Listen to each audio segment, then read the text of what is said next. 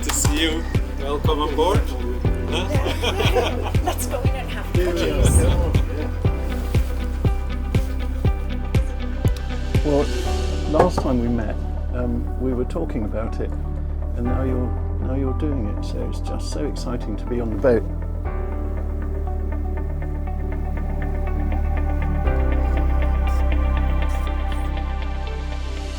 Because for Tracy and I, when we got our Pearl of Penzance, which was called Pearl in celebration of our 30th anniversary, we went off on this trip, and it was the most life-affirming thing we've ever done. It was absolutely brilliant.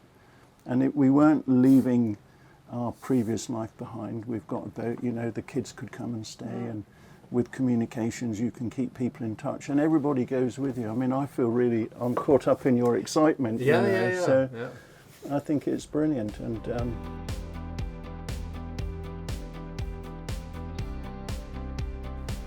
I don't know, we probably chose the boat for very similar reasons, I would imagine. I mean, we've safety first. Definitely. So we have an aluminium hull, very, very strong, watertight bulkheads.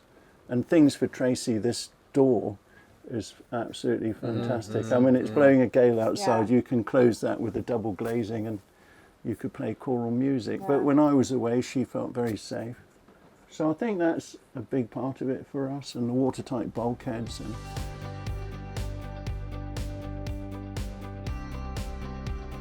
just the quality of the build.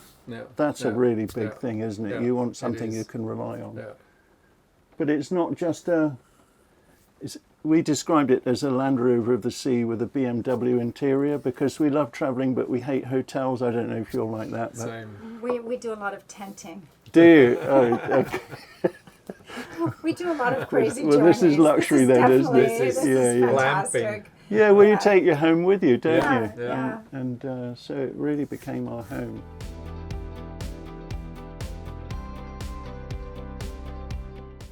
But I think it's the detail of it, you know, and the fact that why buy a boat that takes you to somewhere exotic and then go and live in a cave down below, and you know, here we are. It's horrible outside, isn't it? But we're all in. Yeah, that was a big point for us. Yeah. The light, not feeling like you're in a submarine. Yeah.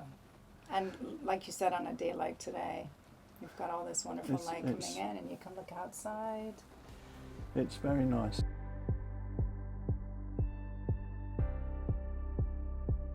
What the Centreboard then does is a number of things. So when it's up, you can dry out on the beach. So if you're somewhere remote, you can just dry the boat out or work on it, check the hull, do repairs, or just, you know, the other day we were in the Scilly Islands and we just, the most beautiful harbour always dried out, and it was ours. We were the only boat that had that option. Yeah, so that's a kind of a cool thing. And there's lots of little benefits. So if you go back from that harbour I was talking about, when you have a busy bay with lots of boats anchored into it, there's a no man's land between the beach and the keeled boats, and that's all yours. So what you can do is you can go to windward, anchor in front of them, and if any of the other boats have a problem, they drift away from you. And these are all little things, but when you're out there and things are going wrong, you're so grateful for it. There's also it's not a tide line, it's a keel line beyond which all these boats can't go, and it's all yours, these lovely estuaries and lovely shallow areas. So and we found that particularly in the Bahamas. All of the Bahamas was ours.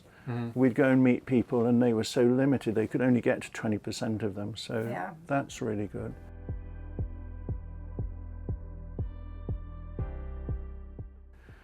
One of the fundamental things that it gives you in terms of sailing the boat is it changes the center of lateral resistance. And that's very, very helpful, particularly when if I start with downwind, you know, when you're going downwind and a boat with a keel will start tripping up? Well, what you do with this boat is you pull the centreboard up, and then the boat is pivoting about the rudders, and it goes really docile. And of course, if anything, the forces are all pushing you back downwind. And it has a dramatic effect on the way the boat handles. Vastly more comfortable. Yeah, it's much more comfortable. It's smoother. The autopilot works less. You save energy and so on. So when Tracy and I were doing our ocean crossing, we were having breakfast. It was blowing a good 30 knots, you know. We had the boat snugged down, and we took off on this wave, and we were doing, I think it was 18.7 knots. Crazy. And we had breakfast with our tea in the cockpit. And you would never, you wouldn't do that with many keeled boats, or you certainly wouldn't feel Comfortable. you wouldn't have your breakfast out. You know, you'd have a dog bowl and you'd be like this. So, but in between those two, going downwind and going to windward, what you can do is pull the centreboard up halfway, or you've got all these variables in between. So the way I would describe it is you steer with the centreboard and trim with the rudder. Right. So if you're on a reach, you just keep pulling the centreboard up until the boat becomes balanced, and then she'll just keep trucking away comfortably, and then your rudders are just trimming. And what that does is it gives you a much easier motion. Your rudders and autopilot or helm aren't working very hard, and so you can always bring the boat back into harmony, because a lot of boats are set up for a particular point of sail when they just hit the groove, but as soon as they go out of that, you have to change all sorts of things and try and find the groove. Well, with this boat, you have the option to, it's much easier to get to the groove. And it's quite easy to manage, isn't it?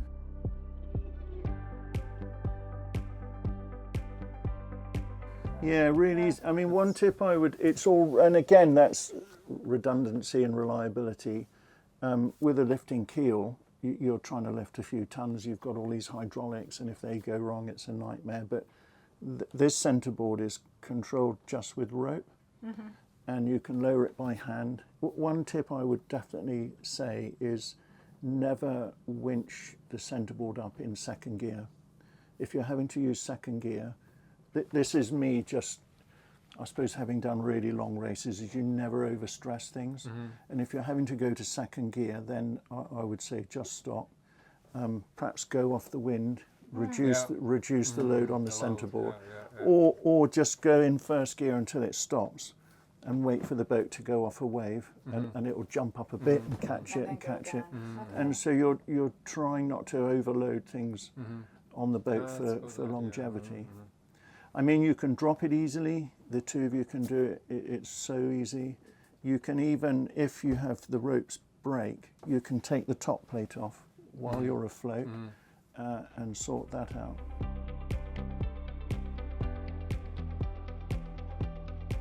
Yeah. So I just think it's That's clever. fantastic. And when you're in very shallow waters, it's a white stick. You know, so if you let the ropes off and you're sailing along, if your centreboard hits, it just lifts up and it's like a little white stick for you, whereas other people are dong, you know, and that, as the Australians call them, I think it's bongers, isn't it? You know, so I think it's a really big feature of these boats. It's fantastic.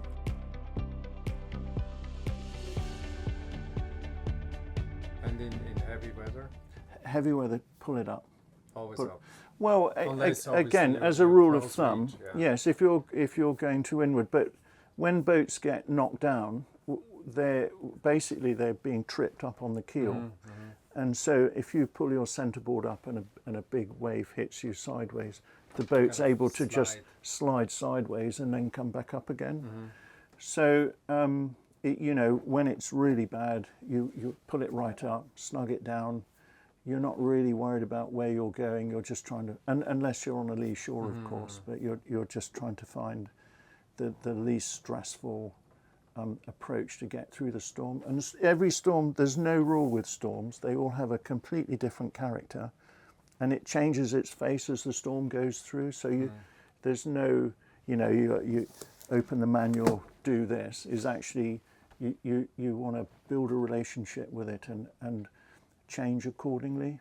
But there are simple rules, you know, strap everything down, make sure everything is secured, Which we always do. eat lots, drink lots, try and reserve your energy.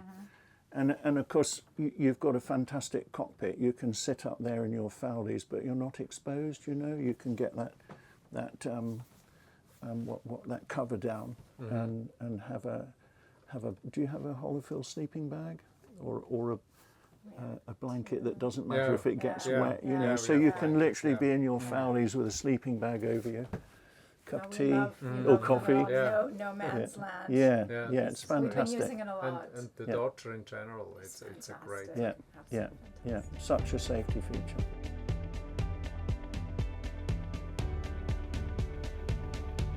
You love a boat, you know, and you want it to be comfortable, and a boat should feel.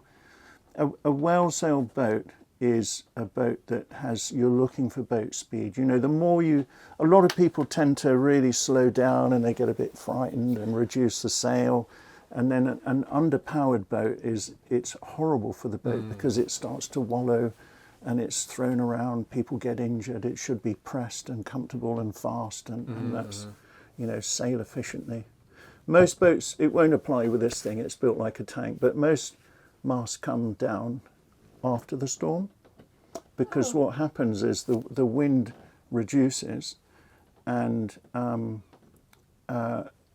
the sea state remains, and you should take your reef out quickly, because it ends up like, you know, a milk bottle which is 3/4 full and the top's being thrown around, and that's what, if the rig's been slightly damaged in the storm, it's the shaking that'll get rid of it. So reef early into a storm and reef and shake your sails out early as you come out of it. Oh, super interesting.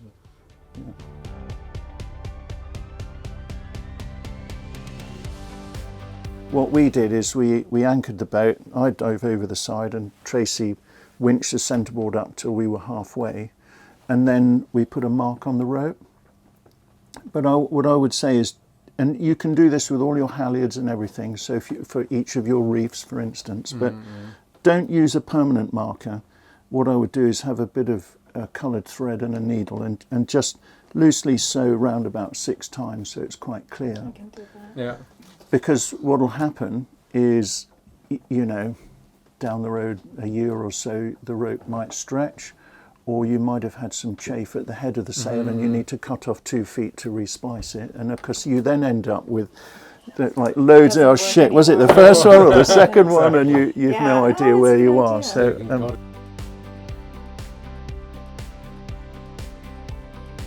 so what was it you had in mind? So how did you manage your diesel? Diesel, right. I'm going to start with a confession. Okay. So the thing with diesel is, how many tanks have you got? 3. You got the extra tank? Yes. Yeah. Well, that's a brilliant decision.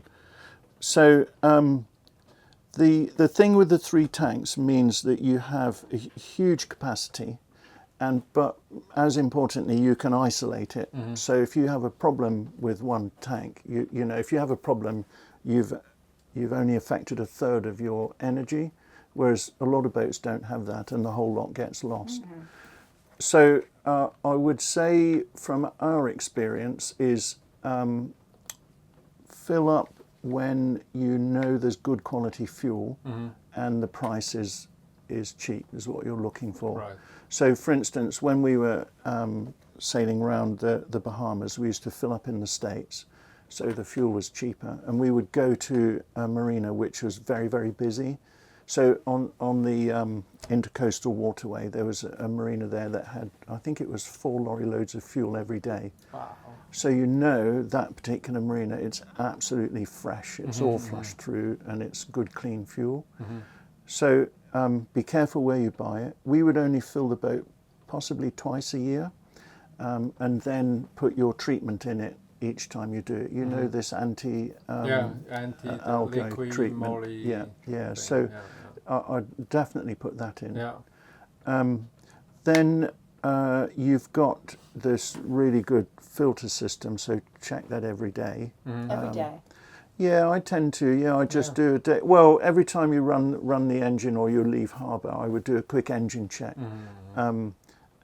And so you go through the engine, but also check those filters, and you can see With the glass. with the glass, if there's a little build up of water.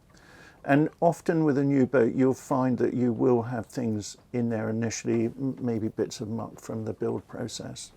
And if the tanks have been left empty for a long time, you'll get condensation. Yeah. The filters will generally handle that.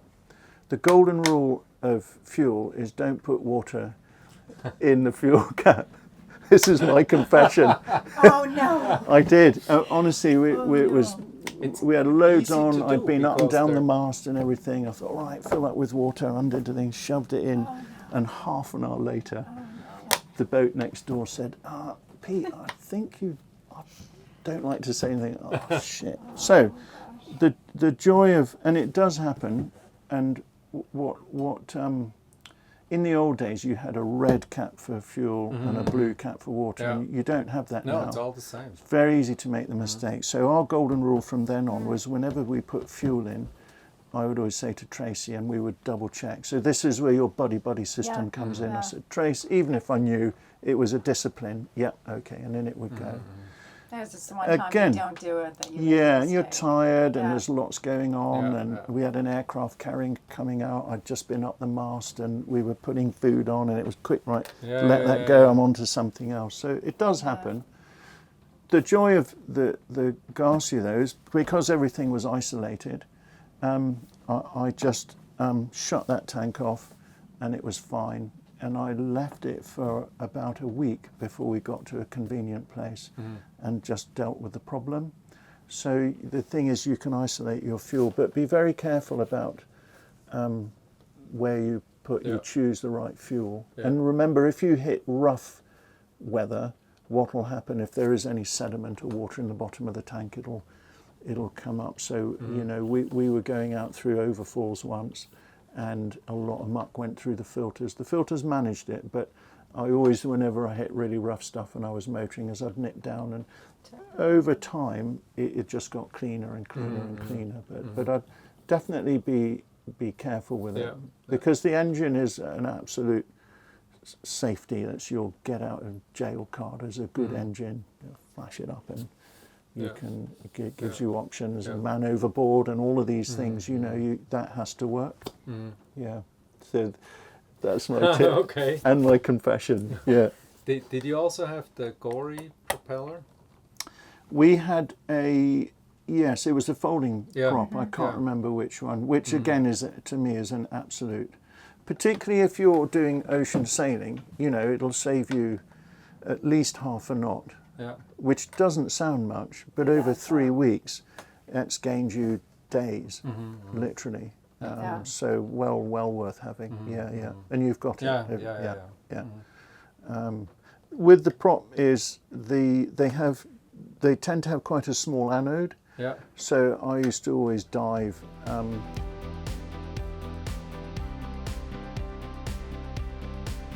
The main anodes we would change once a year, and sometimes you change them, they look fine, but the anodes degrade from within as much as Right. outside. So looking at the surface isn't an indication of, you know, a lot of people, oh, that looks fine, looks and fine. actually it's not. knackered. Hollow. Yeah.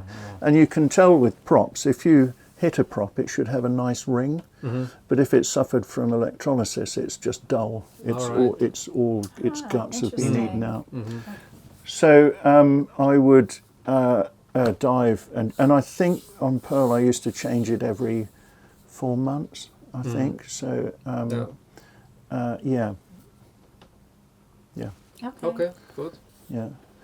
On those anodes is take loads with you. I took 2 years worth of anodes because when you're away you might not necessarily get the right one. Yeah. So I found it it was a decision I made, as I filled the boat up with stores here while you're getting European anodes for a European boat, because you go to America it looks the same but it just doesn't Slightly quite fit. different. Yeah. They're pretty good, but I think that's worth bearing in mind. Yeah.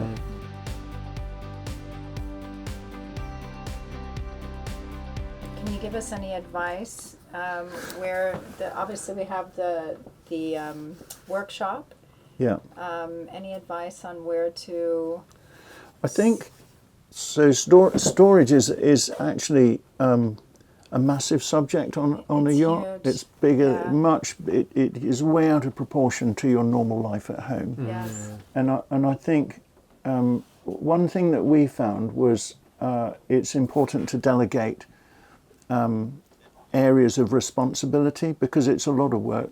Share it, and share it to your strengths. And storage was one of them. So I was responsible for all of the running boat equipment, if you like, and then Tracy was responsible for all of the not the domestic side. That's an easy word to use, but the medicine, the water, the food, all of those, the safety gear, those kind of things. And but it didn't mean we couldn't get involved in each other's, but we like just you say, said, I can comment on the Tracy's stuff, but strengths. she makes Yeah. her decision, Yeah. and she can comment on mine, but ultimately I'd have you just can't have enough spares, and you will use them over the life of the boat. Yeah. And we came across so many boats that would be in some lovely place, even let's say Antigua, which has got a lot of stuff, and they can't get the anode that fits. They have to get it ordered, it gets delayed, it gets stuck in customs, and boats were sitting for months waiting for spares and equipment.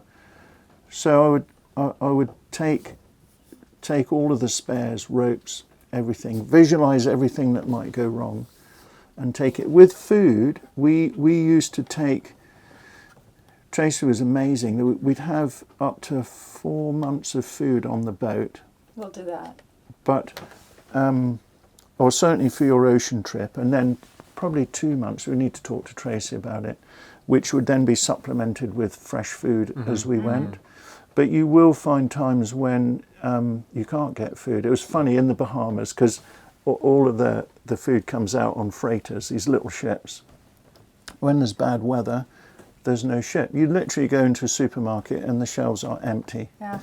And what happened to us is, as we went, we just missed the ship, and we had a month where we couldn't get any food at all. Yeah. It really didn't matter. We can make our own fresh water, and we were fine. And you can eat really well. We used really good storage boxes. You've probably got yourself sorted. We're pretty sorted. We've moved Yeah. onto the boat, but actually we don't have anything underneath in the Under the floor, we don't have anything nothing yet. at Yeah. the moment. Yeah. We've got quite a bit of food on board. I mean, the way that I've organized it is this more or less food. Yeah. Fiona's got a library there, but Yeah, we have food here. We'll have our fresh vegetables and fruits in the cellar when we go, and then Yeah. everything behind the bench is just food. And Yeah. then also all our breakfast things are there. I mean, there's enough space for everything. yeah, For 2 people, there's a I'm- lot of space. I Oh, it's pride massive. Yeah. pride Yeah. myself on my organizational skills. That is the key. Everything's just got to be easy, convenient, at hand. Yeah. So I've got the living, the first aid, everything under Yeah. control. For me, what's more difficult to wrap my head around, obviously that's your expertise, is where are you storing what you need the most, obviously filters, etc. Yeah. And Yeah, where are we yeah. putting things that we So- don't need that yeah. much.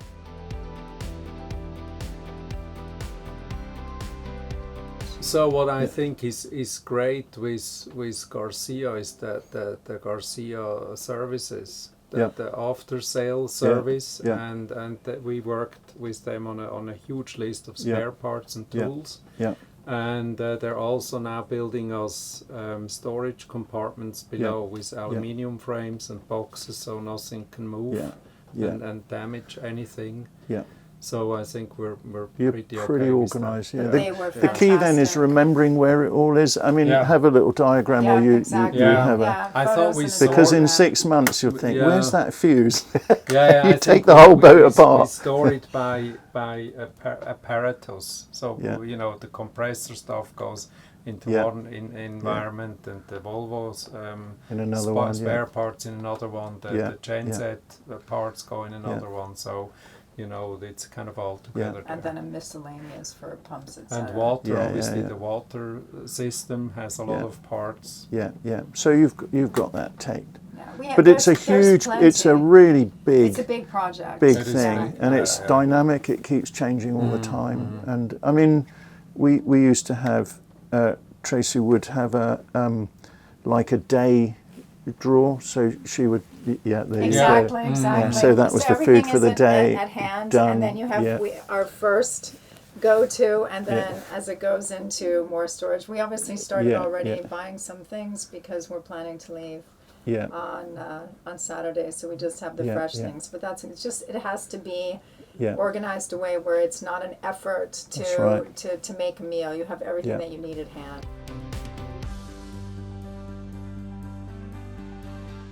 I mean, safety is a big thing around the galley and cooking. I mean, one thing I would say is a rule of thumb. Not if it's fine, but if you're at sea, and it's getting a bit roly-poly, is wear your sea boots and your salopette trousers with the trousers over the top of the boots. So if you spill a pan of hot water, I mean, there's an awful story. There was a guy filled his boots up with boiling water and stripped all the skin off, long way out to sea, and for the want of these little disciplines. So always stand to the size of the side of the stove, fix things in. And it's all common sense, but really it's then common sense can slip as you get tired and stuff. It has to be a routine. So then it's a routine, exactly. No We've got, shortcuts. we've got great big Yeah. rubber, Have you? heavy Yeah. gloves. And You guys are going to be fine. water making, how did you deal with that? Yeah. Oh no. So the Watermaker is absolutely fantastic, and I see that as a I hate to use the word health and safety. It goes against everything I believe, but it's really really important. If you go to a marina and you have a look underneath the pontoon, you'll see these pipes going through dead fish and oil, and some of the joints are underwater, and you've really no idea what you're putting into your tank. Now, clearly a marina like this is you're fine. The joy of the Watermaker is it takes everything out, bacteria, everything. So you know you've got good clean water. You've got good tanks. That's another thing. And you know a lot of boats don't have milk quality pipes, so you get that horrible plasticky taste. Yeah. So with the Watermaker, we used to. I think you've got a generator. Yes. Yes. Okay, so we never had a generator, but so what we used to do, and again there's a lot of tankage on the boat, is when we had a period of no wind and we were motoring, then I would use that period to, because I never ran the Watermaker without Just the on engine the running. batteries. No, because it's a huge draw. You can do it, but it's a little bit like the Centreboard, don't do anything in second gear. So I would use that period to deep charge the batteries. Have you got lithium or have you got lead. Okay, so you'll need to do this deep charging every now and then. Yeah. And that would be when we were doing quite a long motor, deep charge the battery, fill up the water tanks. We did find in some places, for instance, if you're going inland or if you're in Chesapeake, when you're over the east coast, is you can't run the Watermaker because the water's too dirty and the filters get blocked up. Too muddy. Yeah. Yeah. So then we had no choice, but we had to use water. And I would be very careful in America, go to the very good marinas. And we used to use a little Brita filter, you know those? And that worked really well. Take lots of filters. Keep a very close eye on the two primary filters, because they can quite quickly get blocked up. Now, a lot of people have trouble with those filters. They don't use their Watermaker enough, and they start to get growth in them, and it just gets pretty grim. I think we'll be using them. So you'll be fine. And then when you leave the boat to come home, make sure you pickle the system. Yeah. It's very easy. Yeah. But again, make sure you've filled up your stores with a couple of years worth of pickling. Yeah. Because we'll get that. yeah. But it's a wonderful thing. It's a luxury. It's great. Yeah, Yeah, well, hot Gives you showers. you can huge have hot independence. showers. You Yeah. can, and you're independent. Yeah. Yeah. Yeah. I mean, Also- we helped a couple of boats. We also installed the three-way valves on the toilets. Yeah, So yeah, we'll flush the toilets with fresh water. yeah. So we Yeah. don't have this That harbory lovely smell. That's luxury. It's even worse than me. luxury, isn't That's it? luxury. Yeah.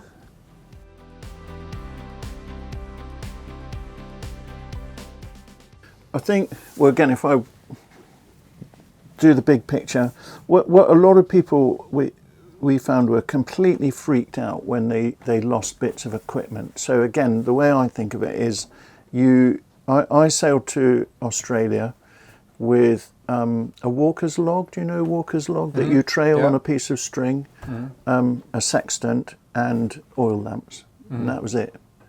And we had a perfect trip. Nothing went wrong. It was amazing, and it really demonstrated what I'd always believed: is you start with the basics, and then everything else is an aid and a comfort. So I would say, if things go wrong, don't necessarily make an issue of it and it becomes a vulnerability.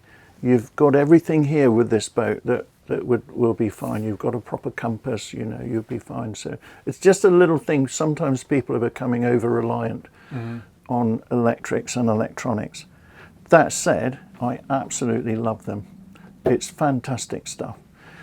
I think power is an issue, and what's happened with Garcia is that most boats have an electrical system, and then they add loads of stuff on top of it, and that system isn't man enough to service it, and you get lots of issues. Well, this is a proper system which has been designed and built to serve what's on the boat.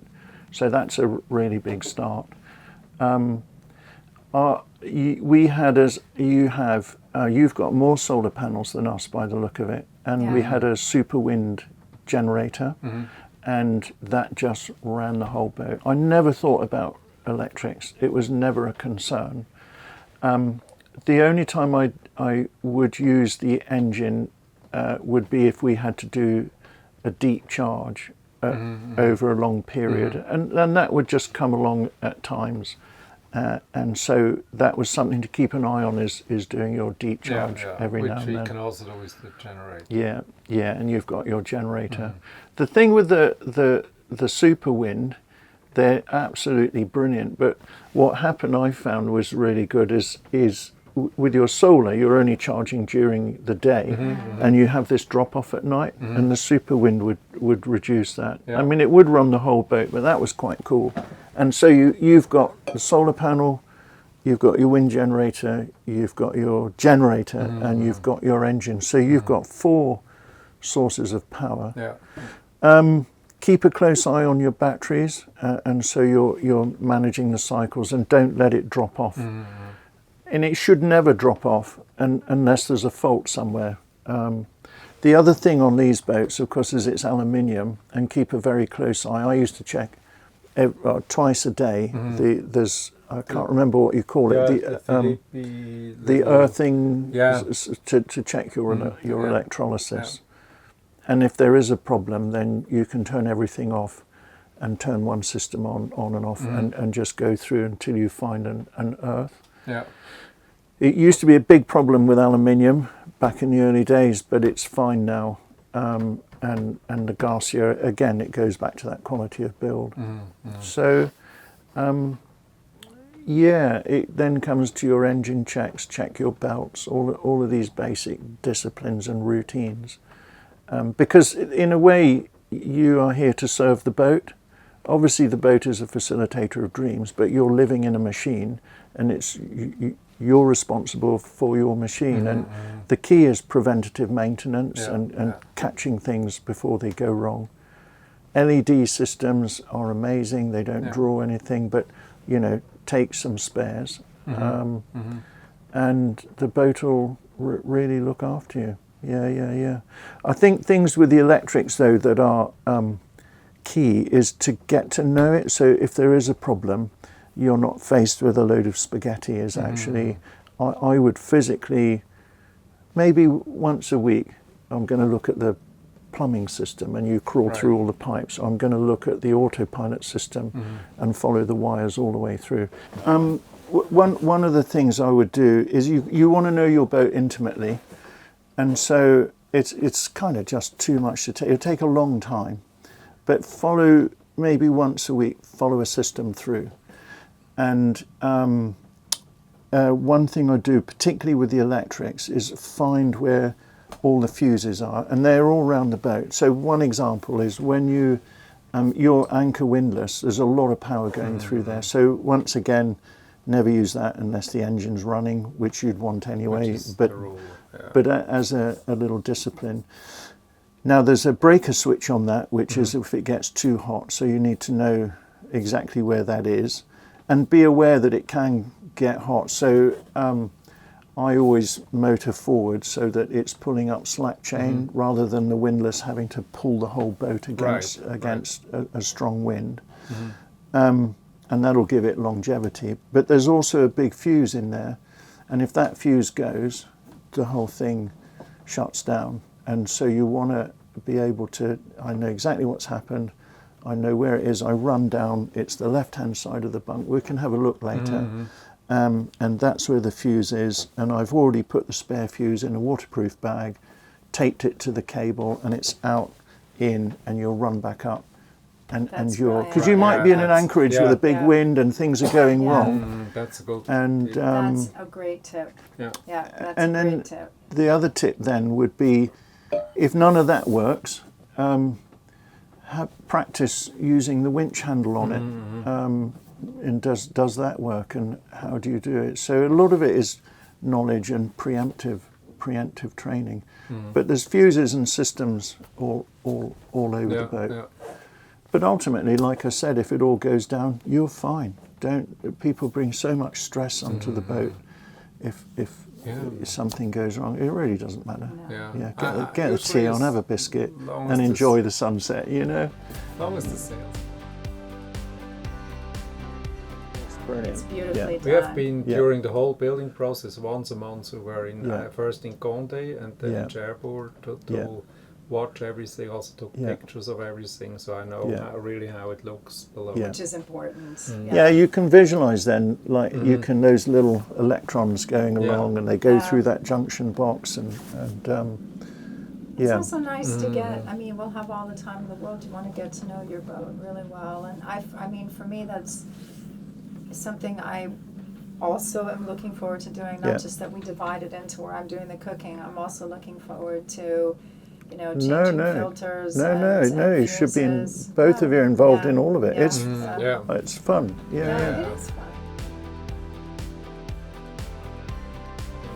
And that, I think, is one of the joys of cruising. And when you inflate your globe and you're planning your trips around the world, it's basically, I think of it like huge roundabouts. These high pressure systems in the ocean. So if we talk about the North Atlantic, you've got that great big roundabout, and like a fairground, you jump on wherever you are in Europe and you ride it around, and you choose to jump off in whichever island that you want.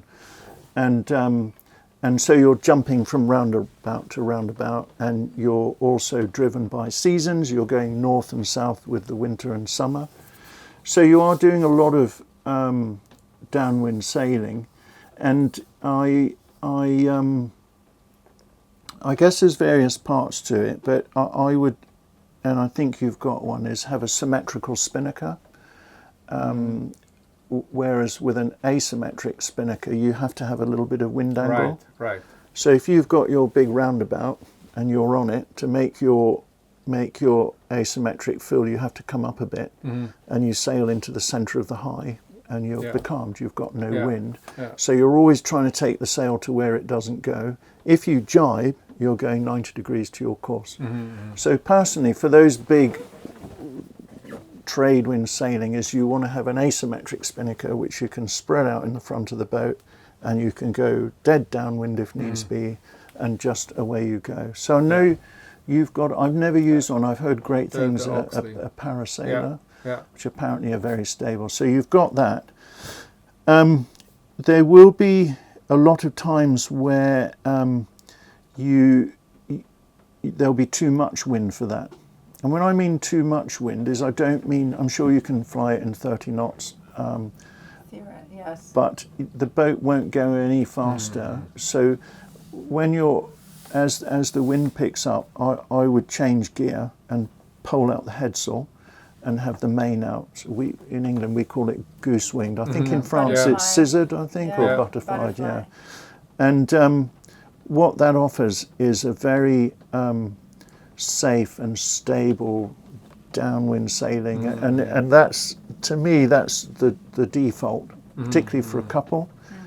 And the joy of that, and I can go through it, is you need to secure the pole, and then you pull the sail to the pole and let it out, rather than it's just on the sheet. So you separate the control of the two, but then you can get them to work in harmony. Now, when you're in the trade winds, what will happen is, you know, people have this picture of just steady trade winds mile after mile, but the wind goes up and down quite dramatically. As you get further south, you get these great big cumulus clouds, which are a system on its own, and the wind can go from, you know, 15 knots to 35 very, very quickly. And if you've got a spinnaker, it's a real handful to get up and down, and particularly quickly. So with this system, you literally ease the sheet and you just furl the sail in, and you can control it very quickly. So if there's just one of you on watch, you can change gear so quickly and safely. Whereas with a spinnaker, if it gets wrapped and caught in the rigging, you know, and at night and things. So I'd strongly recommend you revisit that or think about it, or keep it in mind as you go forward, because we did a lot of our sailing just goose wing. The hull is easily driven, so you know, it doesn't take a huge amount of wind where that safe, stable rig is pushing you as fast as a big spinnaker. I mean, we used our spinnaker quite a lot, but not as much as I thought. When you're going downwind, because you've got swept-back spreaders, you can't let your main out. And this is all trade-offs, you know. A lot of people will say you shouldn't have this and that, and yes, you do get chafe. But I found that I would, for a long downwind runners, I'd always put a reef in. Boat didn't really go much slower, but it took a lot of that pressure and the whip out the top of it. So put the reef in, didn't go any slower, reduced chafe, just felt more comfortable. Did you reef further at night? No, I mean, I think you should always sail within your comfort zone, but a well-sailed boat is a safe and stable platform, and I've seen boats which they have this rule, reduce sail at night, and the boat's rocking around and you're more likely to have a man overboard, you're overloading things. So, and because this is your life, it shouldn't make any difference whether it's daylight or nighttime. So just keep sailing well. Good tip. One tip I would say is with your spin, it has a snuffer, your spinnaker, does it? Okay, cool. Well, I would have a snatch block, which you can clip down on the rail there. Have one, So rather than pulling that down, you're pulling from the deck, because suddenly the spinnaker will fill and it will lift you off your feet. So make sure you put the snatch block by a cleat so you can pull it in, and if it's going to snatch, you catch it. Go off downwind and depower the sail behind the mainsail. There are times when if you get caught out and the wind has really picked up, and I did this from my single-handed sailing, is I would extend that snuffer line such that you could take it from the block back to a winch in the cockpit. And suddenly now you're doing everything from the safety of the cockpit, and you're pulling on I'd say never winch it down, but just you can pull and you'll grab a bit and go off the wind. And so without leaving the cockpit, you're able to completely depower that sail, and then you're in control and you can start moving forward.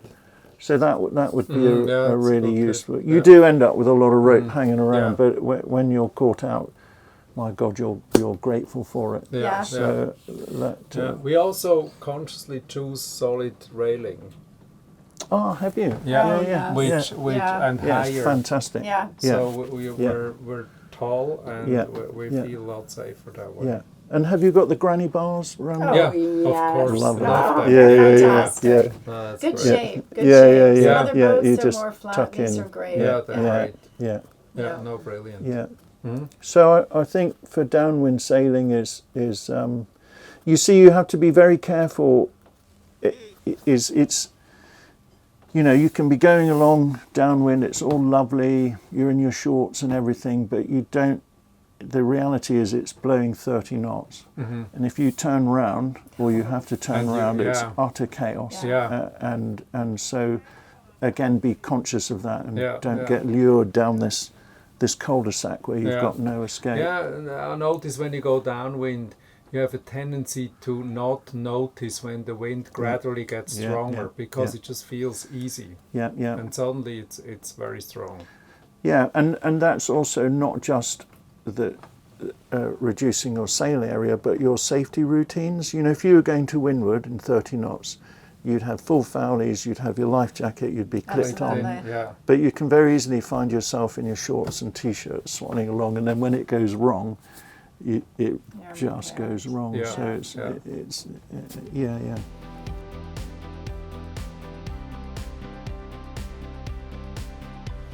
Well, the thing is, you can change gear with when you're on watch, so you can be at the wheel, you can be underneath the cuddy, which is very sheltered if you put that cover down, Super sheltered.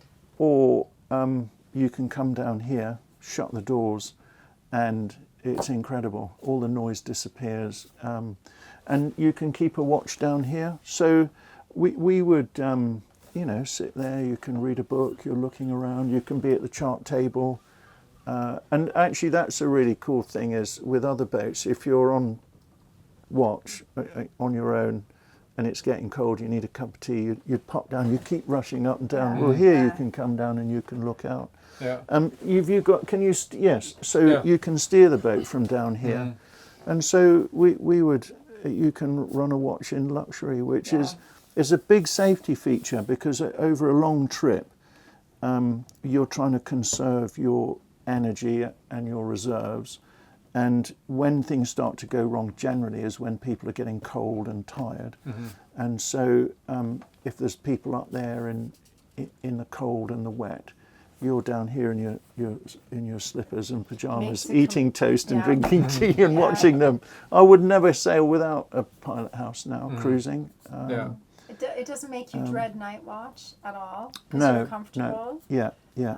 The other thing I'm really looking forward to trying out is the pilot bed. Yes, Very much looking forward. Have Very you used cozy. that a Pilot lot? berth, I have. I've used it. It's good. But we put a lee cloth here. Have you got one? We ordered it, and Yeah. we're still thinking about where to fix it. We want So one that's here. definitely. I think that's a good, you because use you just that a lift lot. your head and you see Yeah, everything. Exactly. Yeah.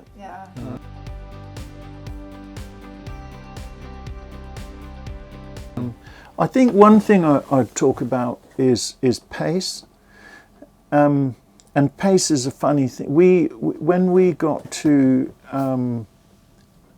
the Bahamas, we found this lovely anchorage. We dropped the anchor down, and we did have a schedule to meet, but we were absolutely exhausted. And I was like, we can't be exhausted. We're on holiday, And then I sat down and I got the logbook out, and if you spread it out over 2 months, we'd done the equivalent of a channel crossing every day, and we'd done a night watch every other day for 2 months. And it was partly the default when we came onto the boat was our other life, when you have a 2-week holiday and you just got to cram everything you can into it, and you just can't maintain that pace, nor do you have to. We found the slower we went, the richer the experience became.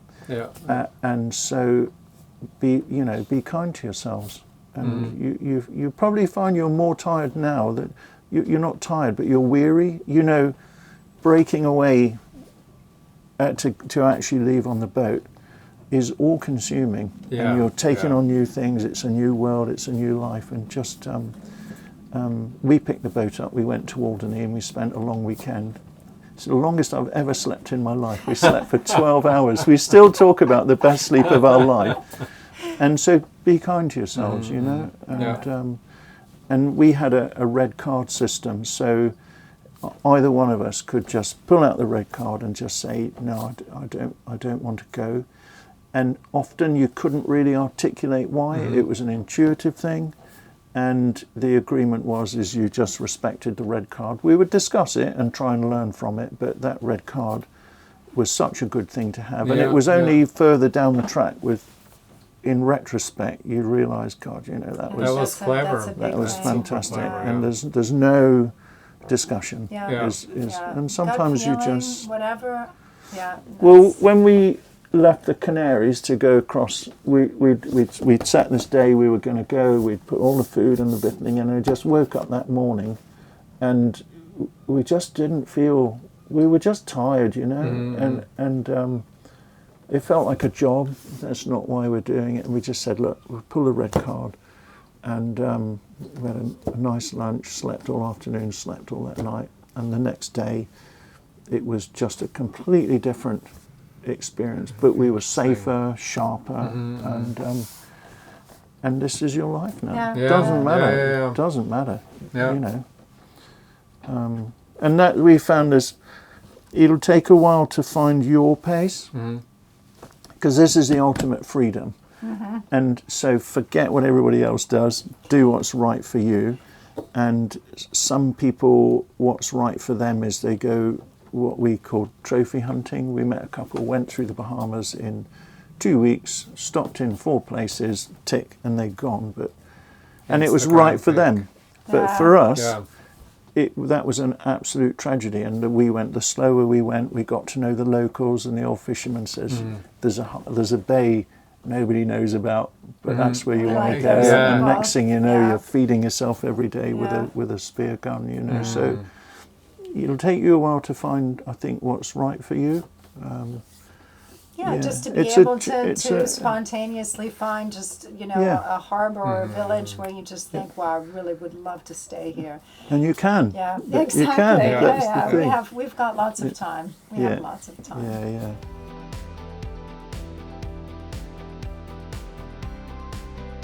Well, it's funny, isn't it? There's no right or wrong, and it's, I think, a philosophical choice which each owners have to make. I mean, we were adamant we wanted a hot shower, stand-up shower, and it's a great shower. It's fantastic. It's fantastic. We were adamant we wanted an ensuite toilet, and we wanted a bed that you could get in and out. You're not climbing over somebody, you know. And we went for that. We really wrestled with the washing machine, and we went the other way. And the reasons were to keep the boat simple, because it's not just a washing machine. If you have to have a washing machine, then you have to have a generator, and then and bigger batteries, and so the ramifications go further down the line, and they can all be addressed. So that's fine. It was easy to address those because we have a compressor for scuba diving. There you go. So that was clever. That was very clever. We found the option. I don't know if the washing machines have changed, but when we got our washing machine, it was a tiny load. You couldn't put a sheet in it. 3 kilos. Oh, right. 3 That's kilos. okay. Well, that's changed. You can put it. Well, it's quite good. We did. Yeah. You can get quite a bit in there. Yeah. Well, I mean, we couldn't, you see, with the option we had, and so we found that we just used to. We had 3 changes of bedding, so we could have 3 weeks without a lot, or maybe it was 4. We were living in t-shirts and trunks, so we just used to have a big tub and just stomp on it and hang it up, and it would dry, so that was easy. And then we found we had to go into a marina sort of generally, as a rule of thumb, once a month because of getting fresh food. We never had a problem with not being able to have access to a laundrette. In high season. Yeah, I mean, like I say, there's no right or wrong. Yeah, I'm tempted now. Yeah. But it is a home, isn't it? And why not have conveniences, you know? And again, that's a deeper philosophical thing. You'll have people at the other end of the scale.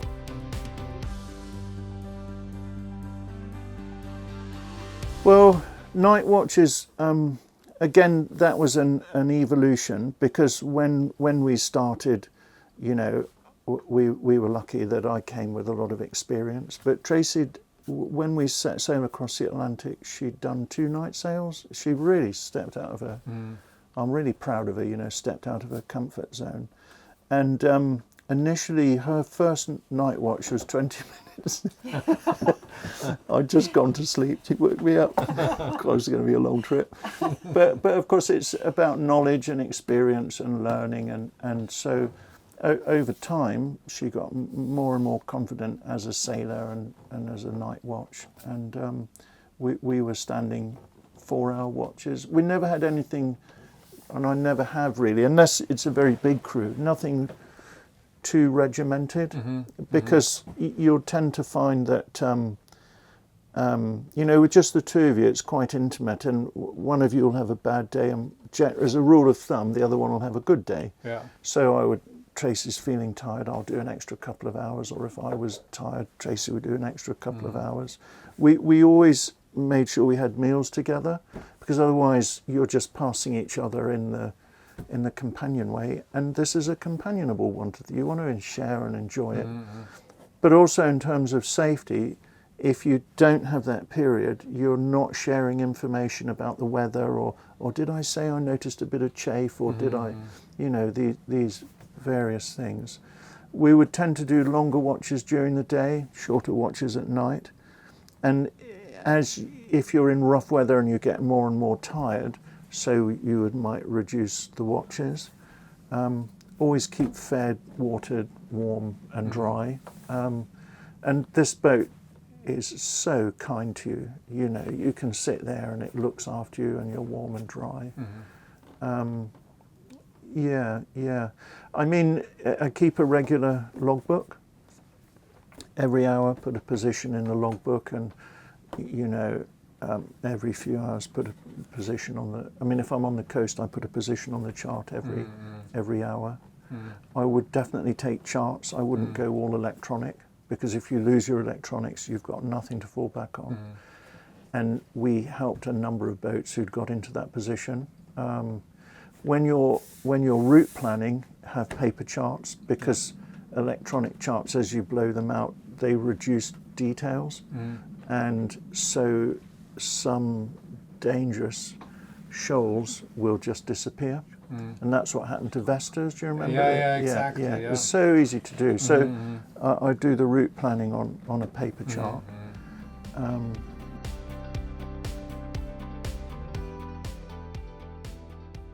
So we've just had 2 days with Pete. He's been amazing. He's showed us lots of practical tips, some to make the boat a little safer, some for our safety, how to use our bodies better to avoid injuries. Lots of practical tips. Lots of technical tips, how to secure things on the boat, how to make sailing less risky, how to be gentler. Actually, that was impressive. He told us to be gentle with the boat, because you need it for a long time and in exposed places. So that was actually, and he showed us how to do this, which I've been sailing for decades, and you still learn new tricks. And from Pete, he has a vast experience, and he's very gentle with us too. When you make a mistake, he's just very patient, and he's also very passionate for the boat. I think he really likes that boat. He does. Not as much as we do, but he does. Do you think we're ready? I think we're ready now. We have an amazing boat. We got 10 days of very intense instructions by Garcia. Fantastic. And now we got they call it masterclass, and it really is. We got the master of sailing on board and shared valuable tips with us, and I think we're totally prepared to go and ready to go, and we need to go now. Yep. We sail away. And this is our only home, so we'll be sailing around the world for 3 to 4 years. Let's And go. I feel ready. Let's go. 100%. Let's go.